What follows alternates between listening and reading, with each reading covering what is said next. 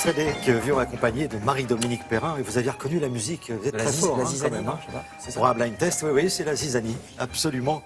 Alors, nous sommes aujourd'hui le 13 août 2016. C'est le cœur, vraiment le cœur de l'été. Hein. Je crois que là, c'est le moment ou jamais de déconnecter, de s'intéresser à des valeurs impérissables. Et si je vous parle d'une œuvre qui a séduit les enfants de 7 à 77 ans, je suppose que vous voyez de quoi il s'agit, même au-delà de 77 ans désormais.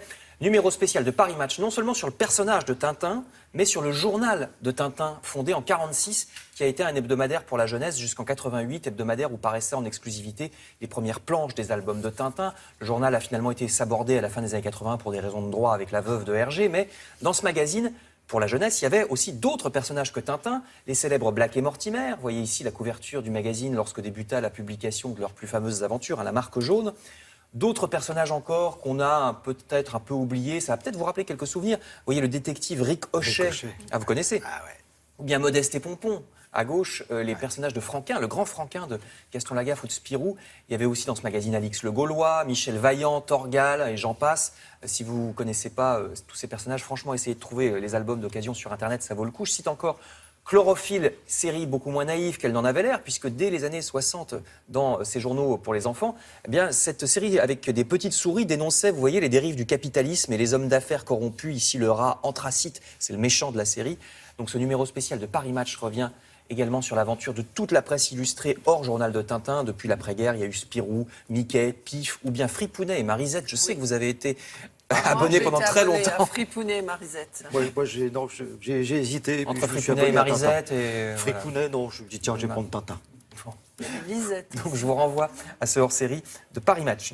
Autres arts picturaux avec le magazine Beaux-Arts consacré aux histoires excentriques de l'art et des artistes. Vous voyez la couverture. Alors forcément, les œuvres d'art sont pleines d'excentriques et d'excentricité. Je vous présente par exemple une tasse à café et sa cuillère entièrement en fourrure, œuvre de l'artiste allemande du XXe siècle, Meret Oppenheim. Mais alors même il y a bien longtemps, vous voyez, à côté, il y avait des artistes qui disjonctent avec ce tableau du XVe siècle représentant Adam et Ève à côté d'une série de cercles psychédéliques. Et je vous signale que l'un des trois personnages qu'on voit, celui du milieu, c'est quand même un ange nu mais qui porte une pâquerette à l'emplacement du sexe, hein, ce qui n'est pas mal non plus dans le genre excentrique. Il y a aussi la galeriste foldingue Peggy Guggenheim qu'on va voir tout de suite avec ses grandes lunettes qui lui vont à ravir, je trouve. Ou bien encore la maison de Pierre Cardin que vous voyez à côté, c'est dans les Alpes-Maritimes, entre la capsule spatiale et les alambics en cuivre d'une brasserie bavaroise. Donc l'art excentrique dans le magazine Beaux-Arts. Et puis également à lire dans cette période de vacances, surtout si vous êtes au bord de la mer, le numéro spécial de Science et Vie consacré à la mer et aux océans. Pourquoi la mer est-elle salée? D'où viennent les courants? Quels sont les endroits de la mer les plus éloignés de la Terre? Comment réussir vos pâtés de sable, Thierry? Une question qui vous... Mais c'est pareil, c'est pareil. Ça a été, pour moi, c'est un des grands échecs de ma vie. Les châteaux de sable. Il y a un pourcentage d'eau très précis, vous verrez. Oui, je sais. Pourquoi la mer est-elle bleue?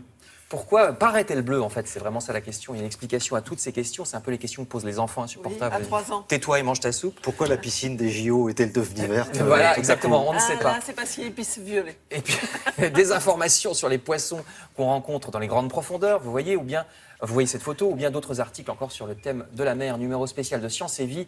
Enfin, je termine cette fois, même si vous n'êtes pas au bord de la mer, par le magazine Ça m'intéresse, qui vous fait la liste des événements partout en France sur le thème de l'histoire. Vous savez, que des bénévoles, des sons et lumières, ce genre de choses, aussi bien des vikings, comme ici à gauche, c'est en forêt de Rambouillet, à droite, des légionnaires romains à Marle, dans l'Aisne, ou bien encore des reconstitutions de la Deuxième Guerre mondiale. Ici, c'est à Souchez, près de Lens, dans le Pas-de-Calais. Donc plus de détails avec les coordonnées de tous ces événements au cours de l'été dans le magazine Ça m'intéresse.